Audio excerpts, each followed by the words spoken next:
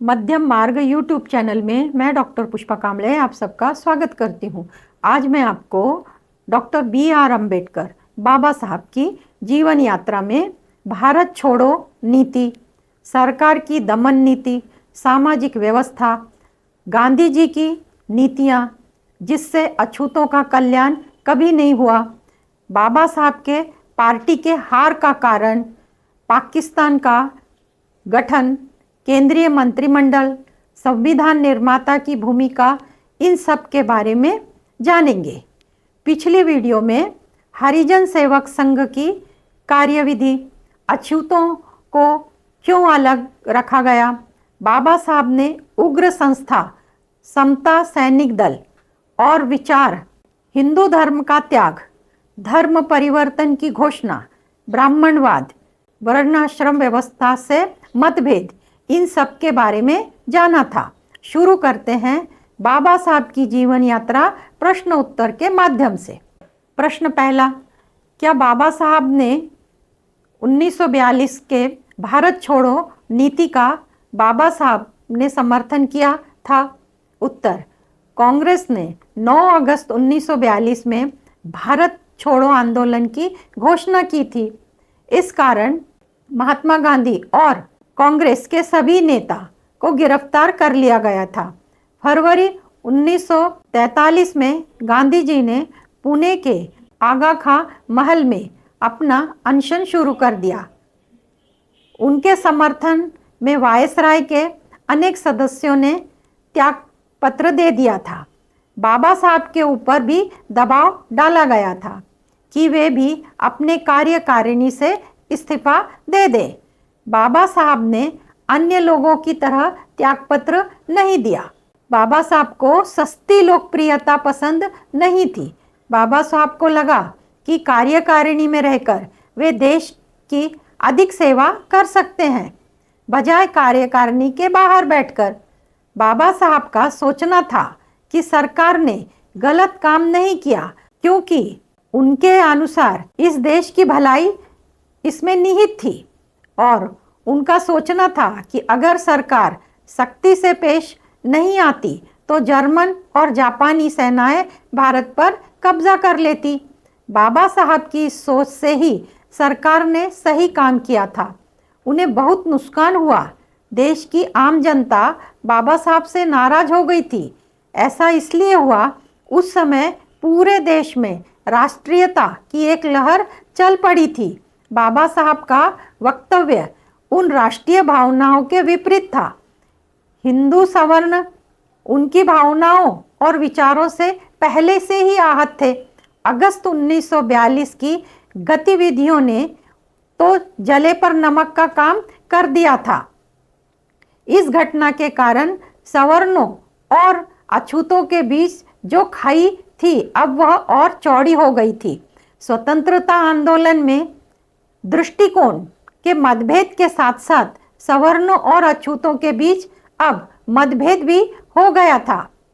यह मतभेद और मनभेद की खाई कभी नहीं मिट पाई। सवर्णों और अछूतों के बीच घृणा का भाव कभी नहीं खत्म हुआ और कभी खत्म हो भी नहीं पाया। आज के आधुनिक भारत में देखने को मिलता है। बाबा साहब ने सरकारी नौकरियों में पिछड़ी जातियों के लिए नौकरी के लिए आरक्षण की मांग रखी थी और उस समय लगातार कार्य करते रहे। बाबा साहब के सतत प्रयत्न के कारण डाक तार विभाग, रेलवे, सीमा शुल्क आदि विभागों में 8.33% नौकरियां पिछड़ी जातियों के लिए सुरक्षित कर दी गई थी। बाबा साहब ने सरकार से सिद्धांत में यह भी पास करा लिया था कि सरकारी नौकरियां में पिछड़े वर्गों के लिए कम से कम 12.7% नौकरियां तो होनी ही चाहिए। बाबा साहब ने अछूतों को ऊपर उठाने के लिए उनसे जितना कुछ संभव वह सब कुछ किया।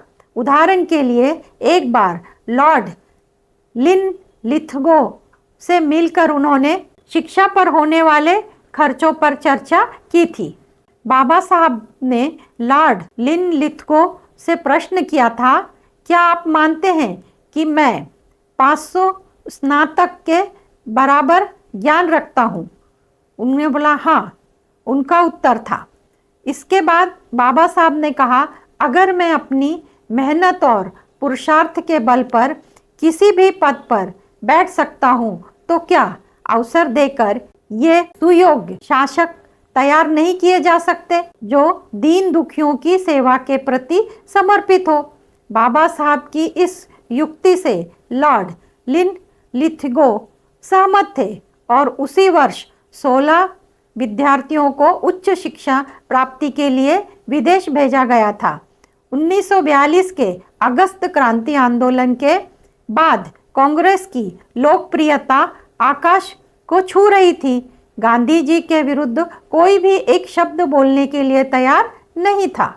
इन विपरीत परिस्थितियों में भी बाबा साहब को जो उचित लगा उसे उन्होंने कहा और उसे लिखा।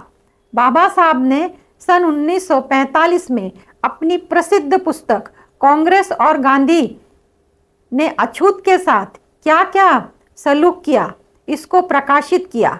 जब लंदन में मजदूर पार्टी की सरकार बनी तब वायसराय ने नए चुनाव कराने की घोषणा कर दी थी।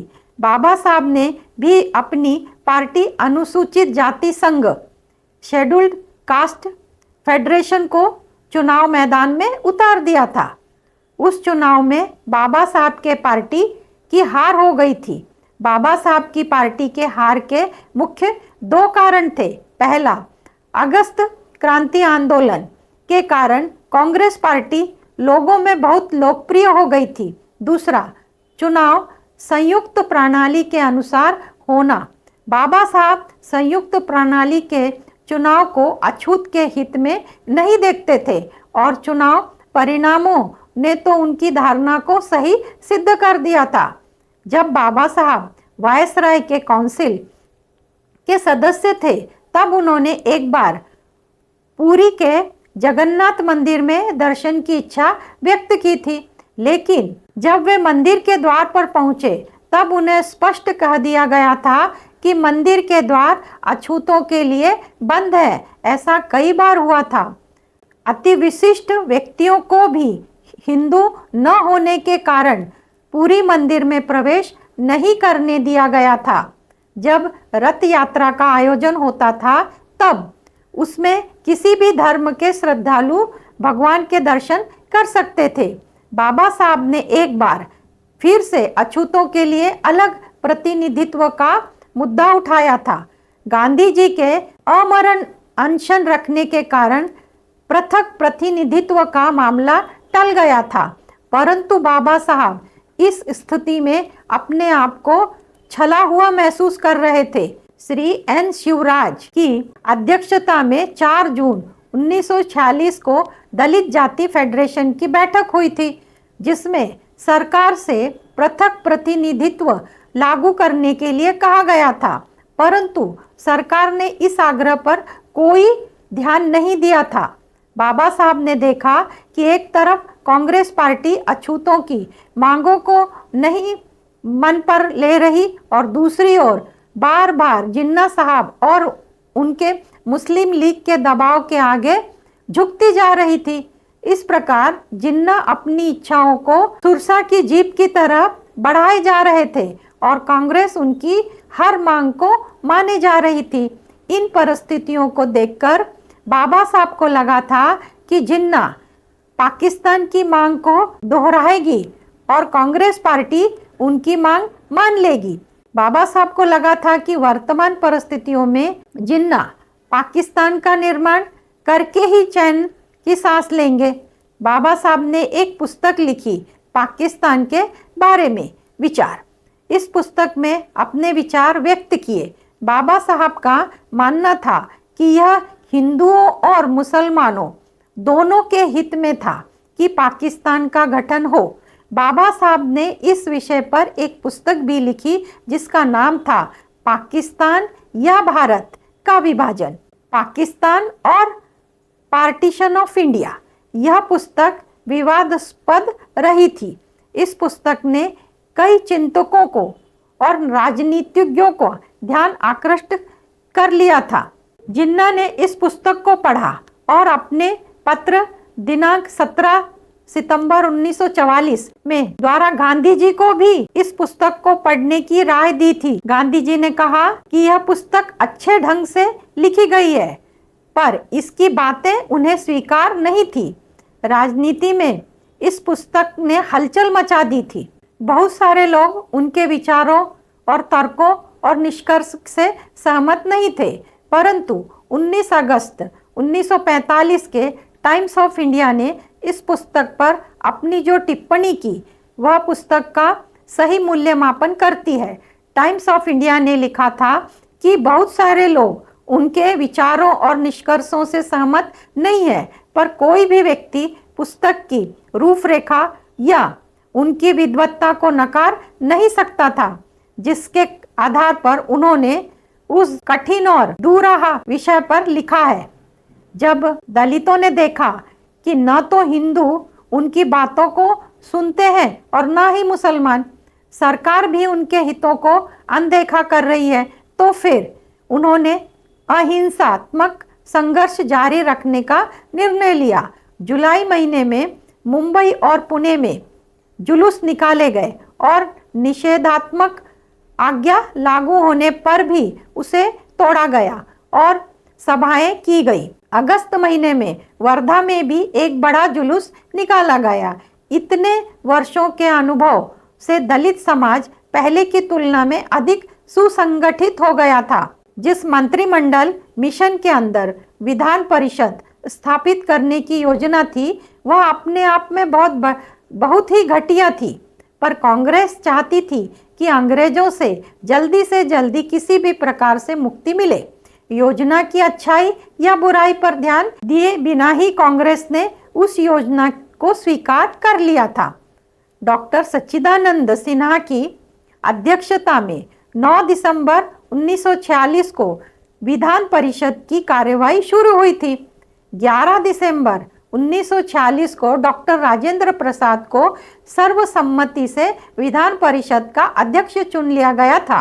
वे भी विधानसभा परिषद के सदस्य बने, परंतु उनके समान महान व्यक्तिमत्व भी विधान परिषद में सीधे से न आ पाया था। वे बंगाल के मुस्लिम लीग के समर्थन पर दलितों के प्रतिनिधित्व के रूप में पिछले मार्ग से निर्वाचित होकर आए। यह मात्र उनकी अपनी निजी योग्यता थी, जिसके आधार पर उन्हें सर्वत्र सही स्थान प्राप्त हो रहा था, अन्यथा उनकी मदद करने के लिए कोई नहीं था। सरदार पटेल ने इसी समय पर अछूत विरोध बिल पेश किया, जिसे विधान परिषद द्वारा 29 अप्रैल 1947 में पास कर दिया गया। इस कानून के अनुसार किसी को अछूत मानना एक दंडनीय अपराध बन गया था। किसी कानून को बनाना एक बात है और उस कानून को अमल में लाना दूसरी बात है। हमारे देश में कानून तो सैकड़ों बने, पर उन कानूनों को सख्ती से लागू नहीं किया जा सका। अगर ऐसा नहीं होता तो इस कानून के बने 76 वर्षों के बाद भी अछूतों के ऊपर अत्याचार न होता। 1947 में लॉर्ड माउंटबेटन की योजना के अनुसार हिंदुस्तान का विभाजन हिंदुस्तान और पाकिस्तान के रूप में हो गया। जुलाई महीने में पंडित जवाहरलाल नेहरू ने बाबा साहब से पूछा, क्या वे केंद्रीय मंत्रिमंडल में विधि एवं न्याय विभाग का कार्यभार देखना पसंद करेंगे। बाबा साहब ने केंद्रीय मंत्रिमंडल में शामिल होने की अपनी स्वीकृति दे दी। इस प्रकार वे स्वतंत्र भारत के प्रथम विधि व न्याय एवं न्याय मंत्री बन गए। बाबा साहब को कानून मंत्री का पद देने का प्रस्ताव यह दर्शाता है कि वे कितने महान योग्यता से संपन्न व्यक्ति थे। विशेषकर पंडित नेहरू उनके बहुत बड़े आलोचक थे। पंडित नेहरू ने उनके गुणों और योग्यता को विशेष महत्व दिया था। बाबा साहब को मंत्री पद देने के प्रस्ताव से यह भी निष्कर्ष निकला कि कांग्रेस बाबा साहब की योग्यता के कारण उन्हें अपने निकट लाना चाहती है। आज़ादी मिलने के 2 सप्ताह बाद 29 अगस्त 1947 को संविधान का मसौदा तैयार करने के लिए एक समिति बनाई गई। बाबा साहब को इस समिति का अध्यक्ष चुना था। इस कार्य के मिलने से बाबा साहब का सामना अब अपने जीवन की सबसे बड़ी चुनौती से था। मसौदा समिति के 6 सदस्य थे, परंतु संविधान लिखने का काम बाबा साहब को अकेले ही करना पड़ा था। 6 सदस्यों में से एक की मृत्यु हो चुकी थी। उस रिक्त स्थान को नहीं भरा गया था।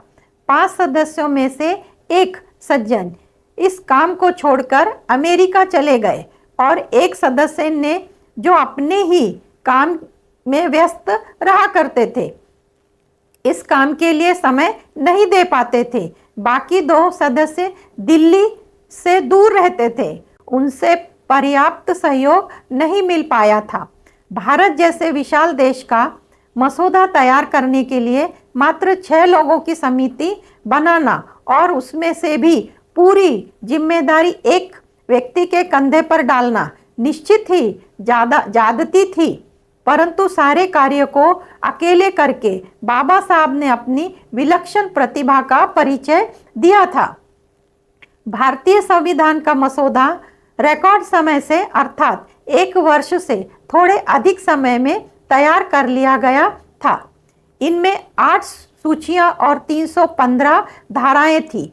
29 अगस्त 1947 को समिति का गठन हुआ था तथा 4 नवंबर 1948 को बाबा साहब ने मसौदा को विधानसभा में पेश किया था।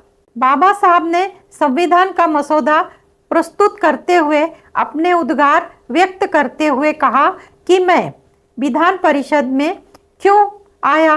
केवल अछूत वर्ग के हित की रक्षा करने के लिए आया। यहाँ आने पर मुझे इतनी बड़ी जिम्मेदारी दी जाएगी, इसकी मैंने कल्पना भी नहीं की थी। विधान परिषद ने जब मुझे मसौदा समिति का सदस्य चुना तब भी मुझे आश्चर्य नहीं हुआ था। बाबा साहब का कहना था कि विधान परिषद ने जब उन्हें समिति का अध्यक्ष चुना तब तो मेरे आश्चर्य का ठिकाना नहीं था। विधान परिषद और मसौदा समिति ने मुझ पर इतना विश्वास करके मुझसे यह काम करवा लिया। समिति के सदस्य ने मुझे देश की सेवा करने का अवसर दिया। इसके लिए मैं हृदय से उनके प्रति अपनी कृतज्ञता प्रकट करता हूँ। महान और अति सराहनीय कार्य के लिए बाबा साहब को भारतीय संविधान का जनक और भारत गणराज्य का निर्माता कहा जाता है। बाबा साहब ने विधान परिषद को संबोधित करते हुए आगे कहा कि संविधान को व्यवहार में लाने वाले सदस्य सही न हो तो फिर अच्छे से अच्छा संविधान भी गलत साबित होगा। लोकतंत्र की स्थापना के लिए हमें सामाजिक और आर्थिक आदर्शों को अहिंसात्मक ढंग से स्थापित करना पड़ेगा।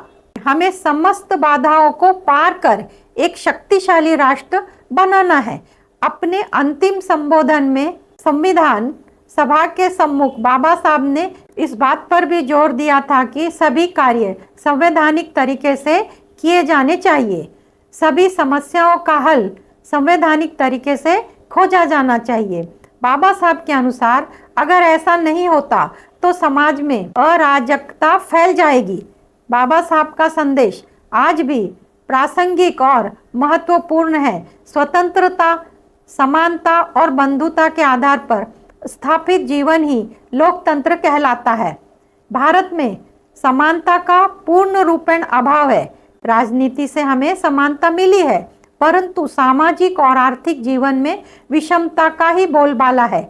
यदि हम अपने को कहें कि आज के दिन हम एक राष्ट्र हैं, तो यह कदाचित आत्मवंचन होगा। हजारों जातियां, उपजातियों में बटा क्षेत्र एक राष्ट्र कैसे हो सकता है?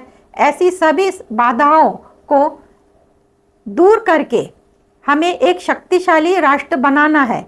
26 जनवरी 1948 को विधानसभा में इस बिल के मसौदे को पास कर दिया। उस समय विधानसभा के अध्यक्ष डॉक्टर राजेंद्र प्रसाद ने विधानसभा की ओर से कृतज्ञता के निम्न शब्द व्यक्त किए। अध्यक्ष के आसन पर बैठकर मैं प्रतिदिन कार्यवाही को ध्यानपूर्वक देखता रहा, इसलिए दूसरों की तुलना में इसकी अधिक थी। मसौदा समिति ने विशेष रूप से इसके अध्यक्ष डॉक्टर भीमराव अंबेडकर ने कितनी निष्ठा और उत्साह के साथ इस कार्य को पूरा किया। डॉक्टर अंबेडकर को मसौदा समिति में शामिल करके और उसके बाद उसका अध्यक्ष चुनकर हमने जो कार्य किया, उससे बढ़कर दूसरा अच्छा कार्य हम नहीं कर पाते थे। मुंबई में बम्बई दलित जाति फेडरेशन ने 11 जनवरी 1950 को सोने के एक पात्र में भारतीय संविधान की एक प्रत रखकर बाबा साहब को सम्मानित किया। 5 जून 1952 को कोलंबिया विश्वविद्यालय ने बाबा साहब को LL.D की उपाधि डिग्री प्रदान की। करीब 37 वर्षों बाद अपने ही विश्वविद्यालय से सम्मान पाकर बाबा साहब को निश्चय ही बहुत आत्मगौरव महसूस हुआ होगा।